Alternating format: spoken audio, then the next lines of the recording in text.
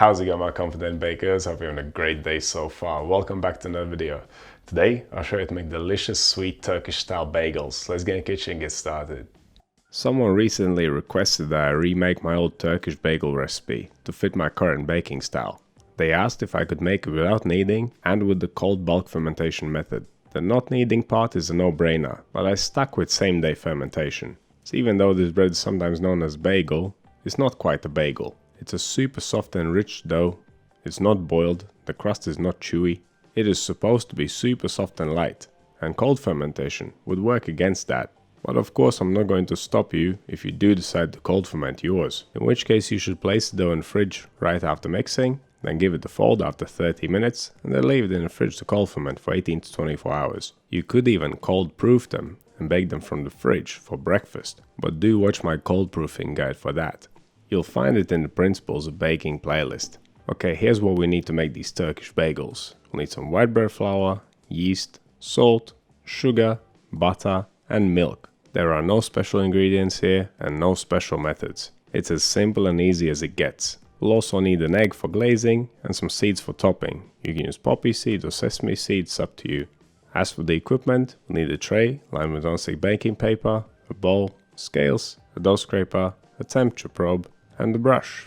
Okay, let's begin. It all starts with temperature control. My kitchen was around 20 degrees Celsius or 68 degrees Fahrenheit. I wanted my dough to ferment quite rapidly, so I'll warm my milk up to around 24 degrees Celsius or 75 degrees Fahrenheit. Where I pour the milk in a large bowl, add the yeast, the salt, the sugar, and the softened or melted butter.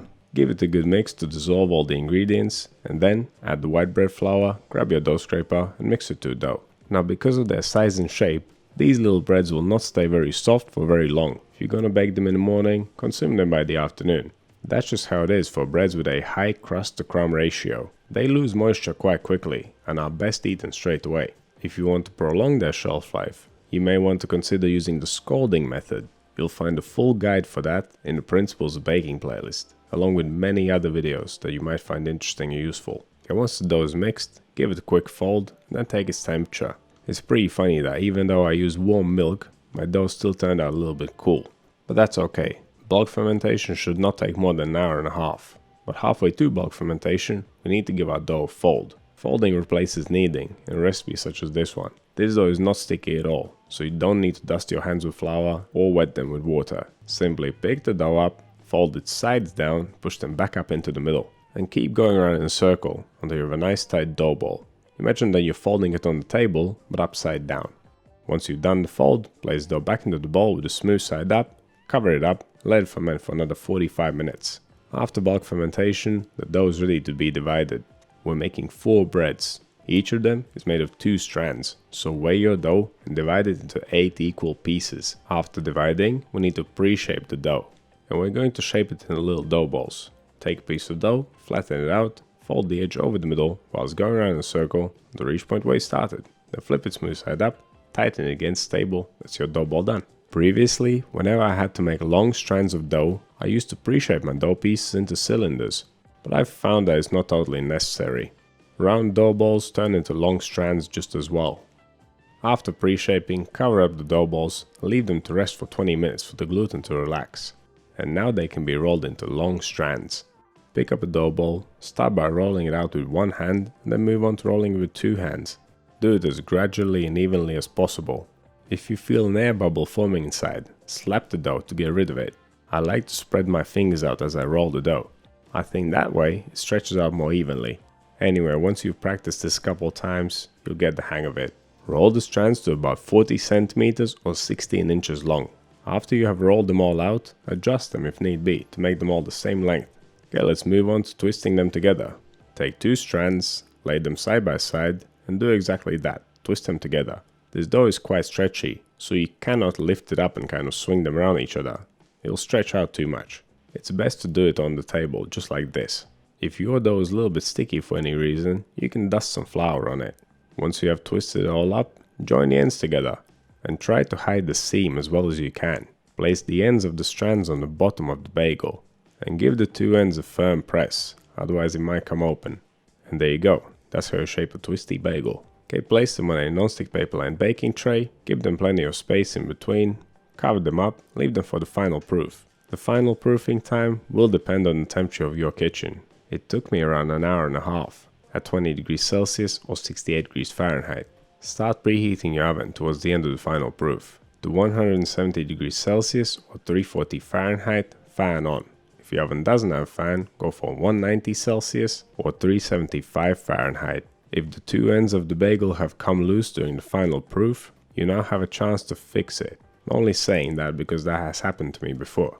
Okay, a couple things left before baking is glazing them with egg and sprinkling them with seeds. I wanted to get the most out of my egg and give them a nice rich crust, so I opted for the double glazing technique, and it goes like this. You glaze the dough once, leave it to dry for 5 minutes, and then glaze it again. It is very effective. It makes the crust a lot richer and darker, and it gives it a bit of a bite too.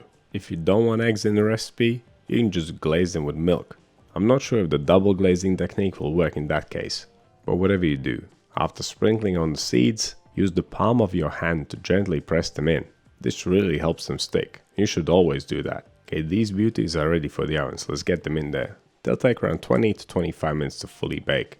It may take longer in your oven, it may take less time. Just keep an eye on them. Once they're golden brown all over, they're ready. And just look at these things, they came out beautiful. Thanks to the thick egg glaze, we get a nice rich color, even on a low temperature bake such as this one. Once again, my kitchen smells amazing, even though there are no special ingredients here. I am very happy with today's bake. Another old recipe has been converted and updated. And once again it goes to prove that kneading is a waste of time and energy. I only realized this a couple of years ago, but I can't remember how it came to me. I'm not sure if someone told me to try it or I decided to try it for myself. But once I tried it, it completely changed my baking forever. I haven't kneaded a single bread dough in more than 2 years. That translates to countless bakes and more than 200 videos. And we don't just make the same breads over and over here. There's a huge variety of bakes on this channel, and they can all be successfully made without kneading. So if you haven't tried it yet, give it a go. Pick any of my recipes from the last 2 years, you can't go wrong. I still have a few old recipes that I need to convert to my new baking style. If you can think of any that you would like to see, do let me know. If you like your breads to be nice and soft and puffy and sweet, head over to the enriched dough playlist, it's full of them. Brioche would also scratch that itch, so you can head over to the brioche playlist too, and even it can be made without kneading.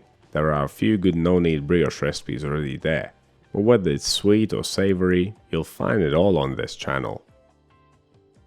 So what do you think this new and improved recipe? Have you tried making the old one as well? Let me know down in the comments. If you want to see videos like this one, click over here. Subscribe to the channel, click right here. That's all I have for you today. Thank you so much for watching, I'll see you in the next one.